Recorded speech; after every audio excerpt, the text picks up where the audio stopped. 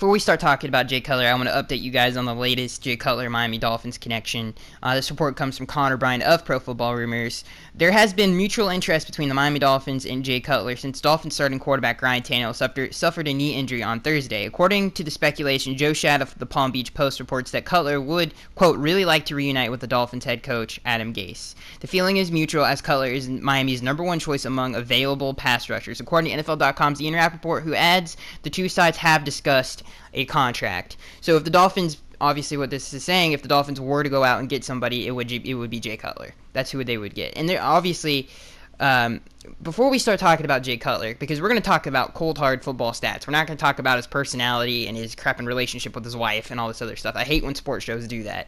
I think the way the media portrays Jay Cutler is it's just stupid. You see Stephen A. Smith go on these rants and stuff like that. We, as fans, we can't sit here and say how, Jay Cutler is in the locker room because we've never met the man, and the most people reporting on this haven't. So put all of those personality, things aside. We're going to just talk about cold, hard football facts here. And another thing I want to say is the silver lining to this, if there is a silver lining to this, the Dolphins have a really good football team. This is the best team we've had in many years. I think our offensive line, from what we've seen in training camp so far, even though Ted Larson, tore his biceps and all this other stuff, our offensive line, our tackles, I don't think we've had, just in terms of a talented team, the talent on this team is legit, okay? It is legit. You can take my word for it. You can take ESPN's word for it as well, because they ranked us the third best offensive nucleus in the NFL. But this is the best team we've had in a very, very long time. And again, if there's a silver lining to this, the people we have to choose from, whether it's Matt Moore, whether we go with Matt Moore for the foreseeable future, who was the 2011 Dolphins MVP. Matt Moore can win football games on a consistent basis. He's no scrub. Whether it's Jay Cutler, who is a super talented quarterback, he has the ability. We've seen it before. He brought his Bears team to an NFC championship. A lot of people forget about that. He has had success in the playoffs. People never bring that up. Obviously, he got injured in that NFC championship game, and he could not. He couldn't finish it. But so Jay Cutler, he's a very talented quarterback. He has franchise quarterback. He's had years where he has been a Pro Bowl quarterback. And then the third option would be Colin Kaepernick, who has also been a Pro Bowl quarterback in his own right. So the pickings that we have from, I think we're pretty lucky. I mean, we could be picking from Christian Ponder, for God's sakes, or Case Keenum, or something, Geno Smith. Like, that's not good. We would be picking in the top 10 if we had to get one of those guys. So at least these guys give us a chance to go to the playoffs. Not even just a chance. I think some of these guys could legitimately lead us to the playoffs. Again, this team, the talent we have on this team, and I'm not trying to pump this up even more, but the talent we have, we are a playoff team. I think we're more talented than a wild card team. So that's my personal opinion on the Miami Dolphins. So again, if there's a silver lining, it's that we have good quarterbacks to choose from. All right, so we're going to talk about the first thing we're going to do with Jay Cutler is we're going to go through some situational stats, red zone, third down, anything situational. What do the stats look like when he's on the 20-yard line, when he's in the red zone? This is going to be all crap, just cold hard stats, guys. All right, so we're going to start with red zone. And I know this is probably when I look at quarterbacks, especially coming out of college and stuff like that, you really want to look at what they do in the red zone, because when the field gets shorter, obviously the windows get smaller, and you have to be able to make plays. Basically, if you want to be an elite level quarterback, you have to make plays in the red zone, and that's what the red zone is. It's all about making plays. You're not always going to get a play action bootleg, and there's going to be somebody, a busted coverage, wide open in the back of the end zone. Most of the time, the windows are going to be tight. So this is a very important stat. Let's see here. Let's see if I can find it. All right, so this is so all of these stats happened within the 2015 season. This was not like his 2016 season. This is his 2015 season when Adam Gase coached him as the offensive coordinator. So this is his stats when on the opponent's 19 to 1 yard line. So basically in the red zone, not quite on the 20-yard line, but in that area. So this is what happens when this is his stats when he gets into the red zone. And again, this is in the 2015 season. So his completions, his percentage, is a 46, which is not, I mean, obviously compared to other quarterbacks when they get in the red zone, it's not the greatest in the world, but it's not terrible. His yards, 206 passing yards. He averaged 2.9 attempts. His longest touchdown was 14 yards in the red zone, from the 20-yard line to the 1-yard line. So this is how many touchdowns he threw when he got into that area. He threw 11 touchdowns to only 2 interceptions, which is pretty amazing. He took 4 sacks in the red zone, and his QBR was an 81.2. That's pretty dang good. For his touchdown to interception ratio, that's actually pretty dang outstanding. That's definitely up there with some of the elite quarterbacks of that year, 11-2. So that's his stats when he gets into the red zone. That's pretty impressive, and again, that's something Jay Cutler has always been good at because of his arm talent, and he has a very quick release, and he's very mobile within the pocket. He has really good pocket presence, and he's a big quarterback, so he's hard to bring down. He has a great feel for the game of football. That's one of the things I really like about Jay Cutler. His instincts are really, really, really, really good. And when things break down in the red zone, I watched his entire 2015 season. I watched all of his red zone snaps. He had some, obviously, he threw 2 interceptions in the red zone. One of them was a tipped pick, wasn't his fault. But one of the things that he's really good at is when the pocket breaks down in the red zone, especially, he can make throws off of his back foot that are so accurate. Obviously, one of the best examples of that, if you guys want to go watch a game, I don't want to ramble on too long, is when he played the Kansas City Chiefs. Look up the Kansas City Chiefs 2015, Jay Cutler. The throw that he did, both throws in the red zone, one to Bellamy, I think, and the other one was to Matt Forte. Those are elite quarterback throws. So some of the throws he can make in the red zone are extremely impressive, and he's a playmaker within the red zone, especially under Adam Gase in his 2015 season. And 11 touchdowns to 2 interceptions in the red zone is pretty dang amazing. And again, he has the arm talent and quick release to really be a high-level, effective quarterback in the red zone. So this next stat is when Jay Cutler gets on the opponent's territory. So from the 49-yard line to the 20-yard line. So basically all the way up to about the red zone. His attempts in that, well, we're not going to get into that. All right, so his yards, he has over 1,000 yards in this area. His percentage is a 59.9. His average yards at attempt is a 6.8. His longest throw within that was a 48-yard touchdown. His touchdowns, when he gets into that area of the field, he has 8 touchdowns to only 5 interceptions, which that's not the greatest ratio in the world. And the sacks he's taken in that, which obviously aren't all of his fault, is a 5, and his QBR was 84.2. So pretty average, I would say. That's a little bit above average. Not the greatest completion percentage there. You would like to see that be a little bit better, just a little bit better. But not the 8 touchdowns and 5 interceptions. Obviously, that's what Jay Cutler's bad rap is his turnovers. But that's something he really did a good job of cutting down in the under Adam Gase. And they had limited weapons. Alshon Jeffrey didn't even start that full season. He was in and out of the lineup. They had some of their best receivers was Bellamy and Mark Mariani. Excuse me, and I think to be honest with you guys, they're 2 best pass catchers on the team. Excuse me, I'm sorry, I didn't mean to burp so many times, but they're 2 best pass catchers at the time were Martellus Bennett and Matt Forte. So those are his those were his stats from the 49-yard line to the 20-yard line in the opponent's side of the field. All right, so these next 2 is on his side of the field, so the Chicago Bears side, his own side of the field, not an opponent's territory. So from the 1-yard line to the 20-yard line, his completion percentage was a 77.2. His yards, the yards that he threw within that yard line, 684. His average, his average attempt is 12 yards, which is very impressive. His longest throw and completion was 87, which was a touchdown, I'm pretty sure. I think that was a touchdown. And his touchdown to interception ratio, or his touchdown to interception stat, he had 2 touchdowns to 1 interception.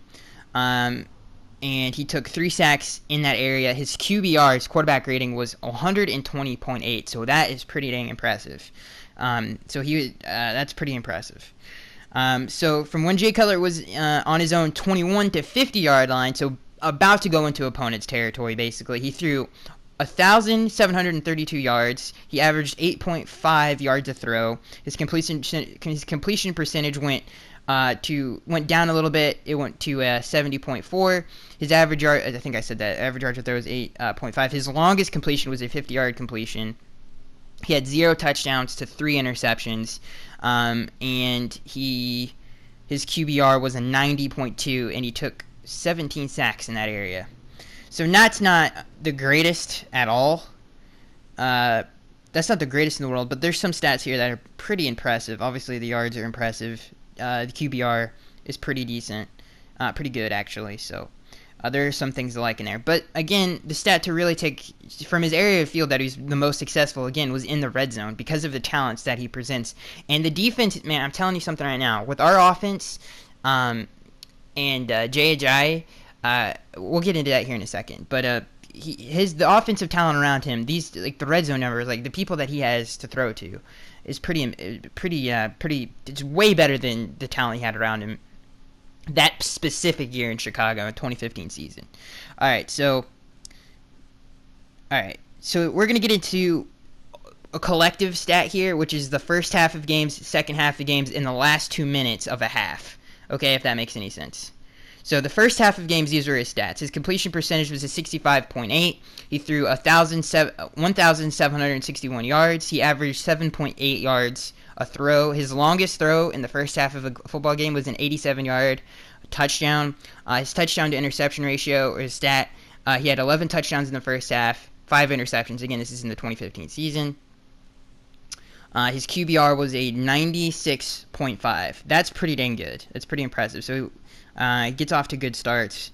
That's definitely above average. His second half of football games, and this is where he gets some of the criticism, is when it comes into crunch time. His completion percentage, 63.9. His yards, almost 2,000, just below it. He averaged 7.5 yards a throw. His longest completion in the second half was a 50-yard completion. His touchdown to interception ratio, he had 10 touchdowns and 6 interceptions in the second half. His QBR, his quarterback rating, an 89.7. So it does go down in the second half, and again, that's the knock on Jay Cutler. But that's not bad. That's pretty good. That's definitely above average. In the last 2 minutes of a half, so this is the last 2 minutes of any half, whether that be the fourth quarter or the second quarter. His completion, this is where people really, obviously, this is crunch time, this is clutch time. His completion percentage, he had 62, his completion percentage, 62.2. His yards, 558. His average yards a throw in those times, which is pretty impressive, 7.5. His longest throw was a 36-yard completion. His touchdowns, 4, to his interceptions, 2. That's not terrible. You would like to see the interceptions go down, but that's still pretty dang good. That means that's pretty good. That's definitely above average. He took 4 sacks in the last 2 minutes of each half, and his quarterback rating was a 92.1. That's a great stat right there. So that's really good. And again, this is all when he played for Adam Gase, which I guess is considered his best year. In my opinion, it probably, well, I guess this was, in terms of like advanced stats, this is definitely his best year. Now we could get even, all right, we'll do this. All right, so this is a great one. These are great stats. Well, all right, so this is the second last one we're gonna do. This is so this stats this is when he's ahead by 1 to 8 points. So when Jay Cutler is ahead by 1 to 8 points, these are his stats. His percentage, a 54.3. That's his completion percentage. Actually, we'll just do ahead in general. So this is when Jay Cutler is ahead in general. His percentage is a 58.9. He threw for 403 yards. His average of throw was 7.2. His longest completion when he's ahead was 83. His touchdown to interception ratio 1 to 2. And his QBR was 72.2. Now that is not good. That is right around the average, I would say, right around average. So when he's ahead, didn't perform all that well. So this is when Jay Cutler is behind in football games, which is a very critical stat. And this is where you see average quarterbacks fall off, because this is when quarterbacks have to pass it a lot. Obviously, the game kind of rests on their shoulders, more passing attempts, all that other stuff. So again, this is when Jay Cutler is behind in football games. His completion percentage was 65.0. His yards, very impressive. Almost 3,000, which I guess comes with the territory. Obviously, you're passing for more attempts, but that is pretty impressive. Almost 3,000. His average yards to throw is an 8. That's very impressive. His longest completion was an 87-yarder. His touchdowns to interceptions, 18-9. That's where you. Obviously he's throwing it more. So so that's pretty good. That's pretty dang good. That's definitely above average. And his QBR is a 96.4. That's pretty dang impressive. So when he's behind in football games, it's definitely, he's very productive. It's not as bad as you might think. How people portray him in the media and stuff like that. How he's not, all this other stuff. But those are some of the cold hard stats. So these are the last stats we're going to run through. Is his quarterly stats. So in the first quarter of football games, and again, this is when he was with Adam Gase, his completion percentage is 72.3. His yards, and 806 passing yards. His average to throw, 8. His longest, that's very impressive, 8 yards to throw. 87 was his longest completion. His touchdowns, 3 to 2 interceptions. So that's not the greatest. You would like to see that interception rate go down a little bit, but not too bad. And his QBR in 97.2. That's pretty dang good. That's pretty good. It's definitely, again, this is definitely, most of this is above average. And then in the second quarter, it drops off a little bit for the completion percentage. It goes from a 72 to a 60, almost 1,000 yards, 955 yards. His average of throw is 7.7. His touchdown to interception ratio is a little bit better. It's 8-3. So 8 touchdowns to 3 interceptions, and his QBR goes down just a little bit to 96.0. So it goes down just a little bit, and that's in the second quarter. So now we're moving on to the third quarter. His completion percentage goes back up to a 68.2 from where it was before in the second, from a 60.5, and obviously you want your quarterback to get off to a good start starting the second half. His touchdowns to two touchdowns in the third quarter to 2 interceptions. Again, I want to see that interception go down a little bit, and you want to see the touchdowns go up a little bit too as well. Again, he did not have a talented supporting cast at all. His QBR went from a 96 to an 86.4, so that's a significant drop off. And this is his fourth quarter, which is his most criticized quarter. His completion percentage goes from a 68 to a 60. His yards go way up to 1,000. Obviously, this is when you're passing it more. His average yards to throw, 7.8. His longest completion is a 50-yarder. His touchdown, this is his fourth quarter touchdown to interception ratio, 4-2. And his QBR is a 91.3. So it doesn't go down. It goes way up. His worst quarter by far is the second quarter. Actually, I think I have that wrong. No, it's the third quarter in terms of QBR is his worst quarter. So his worst quarter is the third quarter. This is his stats in overtime. So his yards in overtime, 18. So he didn't have a lot of overtime games that year. His longest completion was a 9-yarder. His touchdown to interception, 0-0. And his QBR 42.4. All right, so yeah, if you want to hear a funny stat before I give you we kind of get into more speculation. So on grass, his stats, he had a 63 completion percentage. He had He had almost 3,000 yards passing. His average to throw 7.4. His longest completion was a 50-yarder. His touchdown to interception 15-9, and his QBR an 88.7. So we obviously have a grass field and turf. This is a funny stat. 69.6 completion percentage. His yards 842. His longest completion 87. Touchdown to interception ratio 6-2, and his QBR is way up from an 88.7 to 105.9. So he's more productive on grass than he is turf, which is good because if he is a Dolphin, he's going to be playing on grass. Anyway, so that was so some consider that his best year. And I want to go through one more stat before we go. I know that I said that was the last one, but this is important, I think. So his, I got to make sure. This is more like a podcast. Well, like a podcast. I'm not going to do any editing. It's just going to be audio. But I want to. So his career high in touchdowns was 30, if I'm not mistaken. I'm going to double check really quick. Make sure I got this right. So his career high in touchdowns was in, let's see here, 2014, the year before Adam Gase got there, actually. And he had 28 touchdowns, but he had a ton of turnovers. He had 18 interceptions. That's not what you like to see. But I want to get into his red zone stats that year, just to kind of. So this was his most productive year touchdown wise, but he did have a ton of turnovers. So this was his 2014 season. And again, Jay Cutler always been super talented. Let's see here. Definitely his talent level, but way above average. Definitely on an elite level in terms of talent.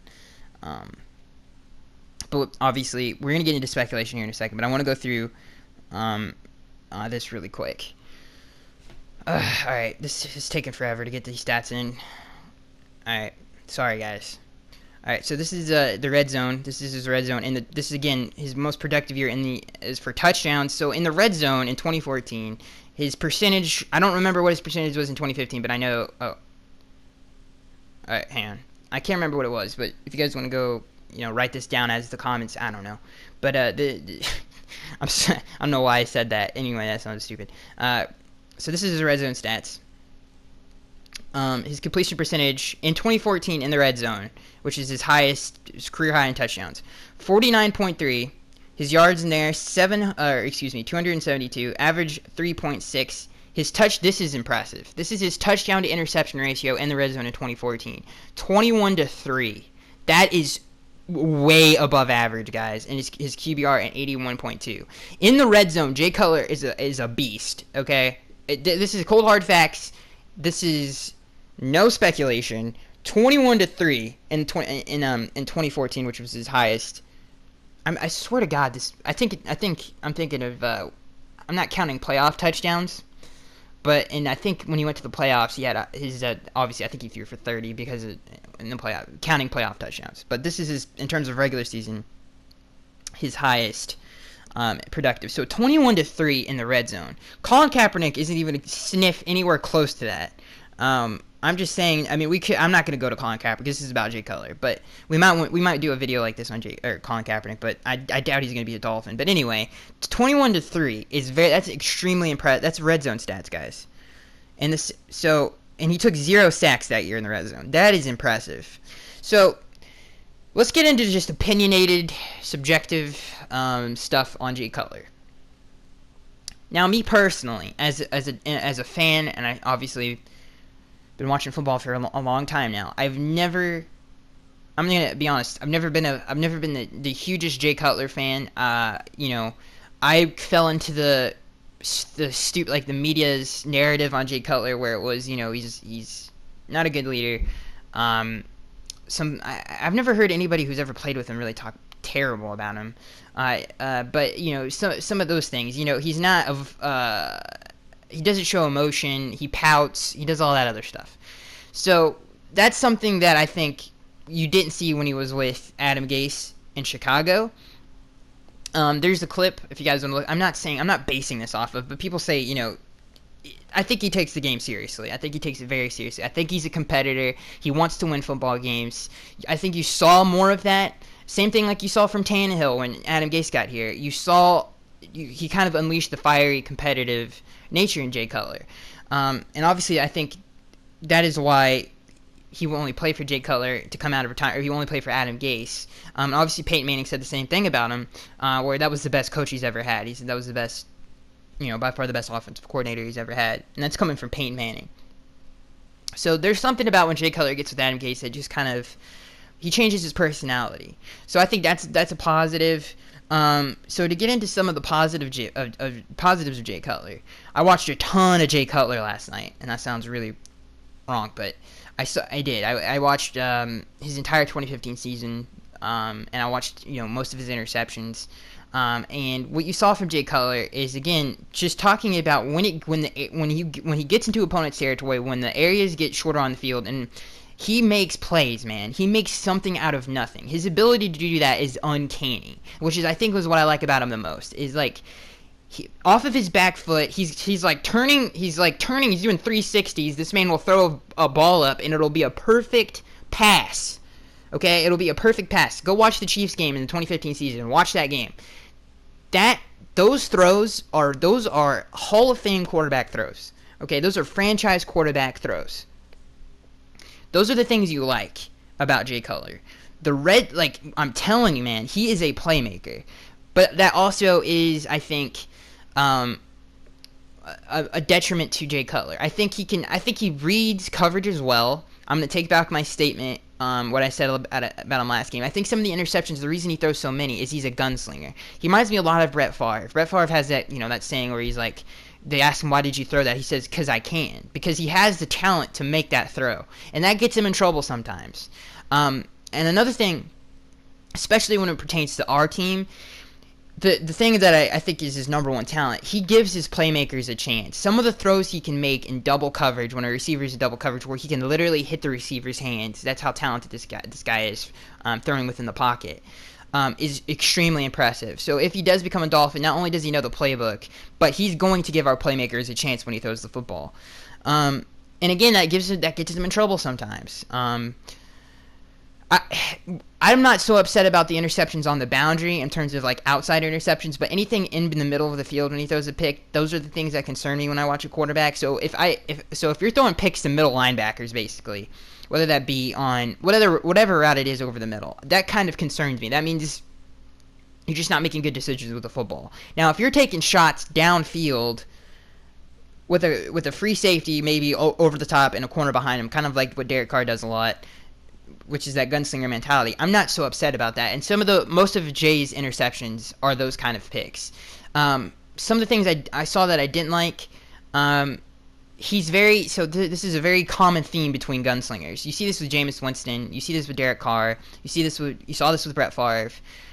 Sometimes you're in field goal range. The game is tied or you're up by 3, and they try to do too much. Like they'll be running around. They'll be avoiding the sack because they have the talent to do it, and they have the arm talent to throw it from anywhere on the football field. And there will be somebody, he'll be running, and obviously the number one rule, don't throw across the field. They just try to do too much sometimes, and that hurts the football team. And you saw that a lot with Jay Cutler. He tries to make something out of nothing. He's trying to do too much, and he throws a pick.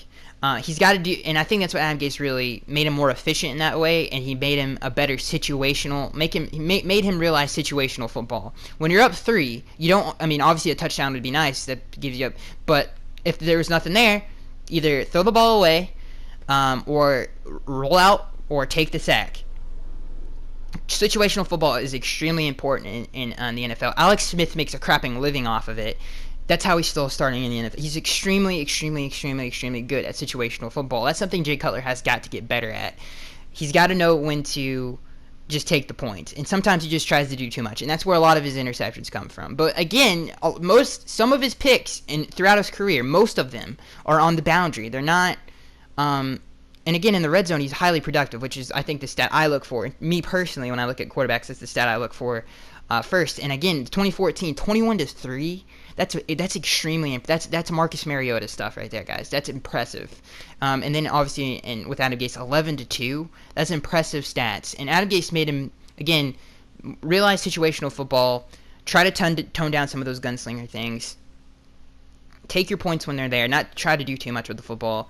And some of those things get him in trouble. But he made him a more efficient quarterback, and that's what made him throw less interceptions.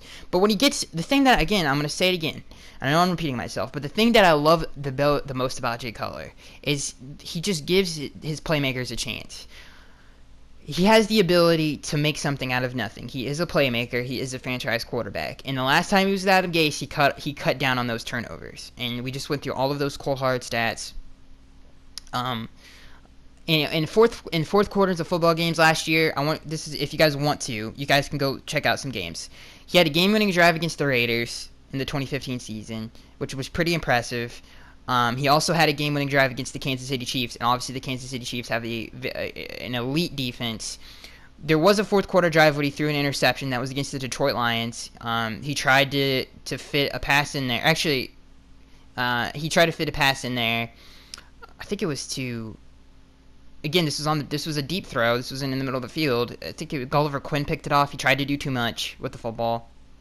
He had another one. He ended up winning the game, but it was against the Raiders, where he took a shot he took another shot deep, and Charles Woodson ended up picking off. So that's the bad part of Jay Cutler, when he tries to do too much with the football. And again, that's situational football. When it's the fourth quarter of football games, obviously, sometimes that bails you out a lot of times. You see that with Derek Carr. You saw that with Brett Favre.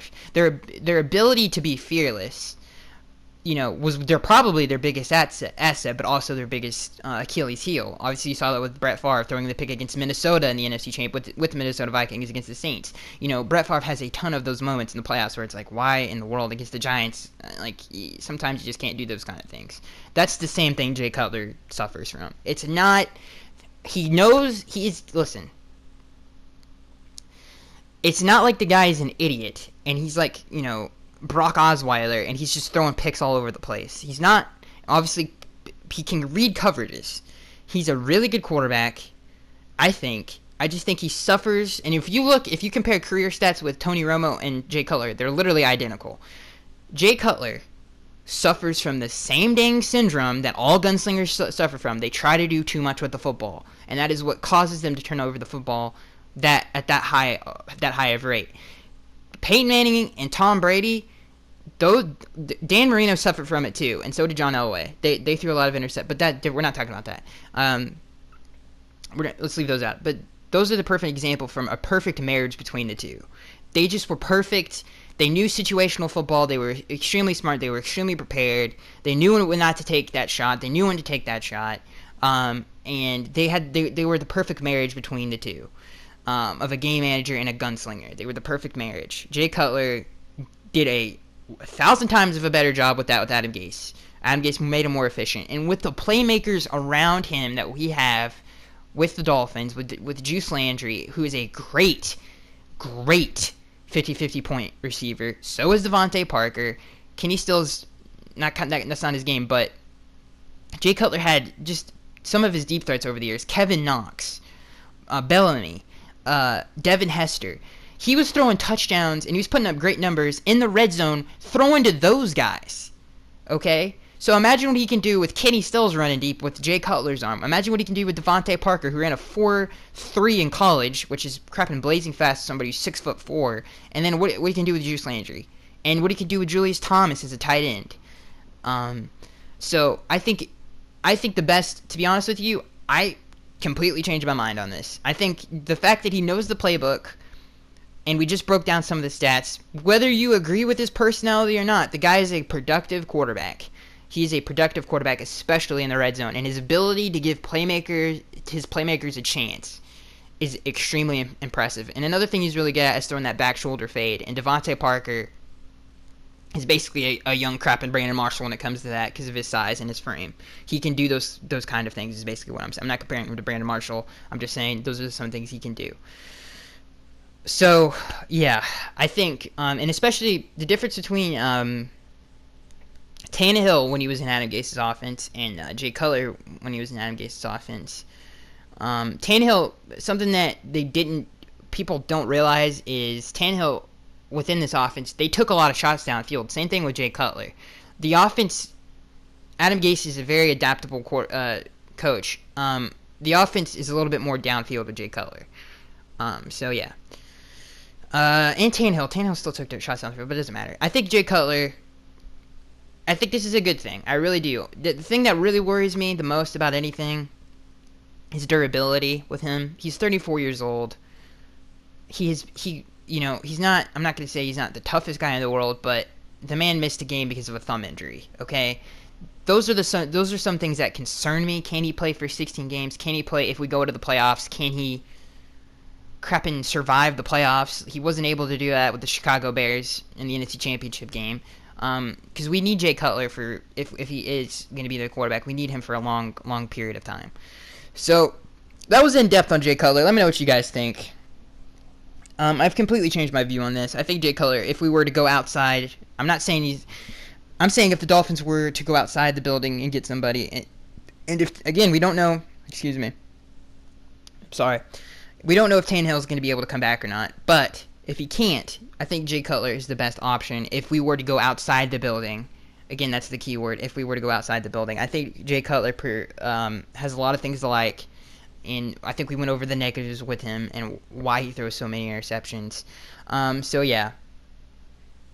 There's a lot to like about Jay Cutler, especially with Adam Gase. They were very productive together. I love his athleticism and his ability to make plays when things don't go well. So yeah, as a Dolphins fan, I want answers. We all want answers. I can't wait. Hopefully, we get them today. Obviously, the team scrimmage is today, so that's going to be pretty fun. And I am Skaggs83. Let me know what you guys think down in the comment section below. If I want votes, guys, I'm gonna put 3 things down. If you made it this far, I'm gonna put 3 things down in the comment section below. Just like the comment if you want to vote for Jay Cutler, Colin Kaepernick, or Matt Moore. I am Skaggs83, and I will see you guys in the next one.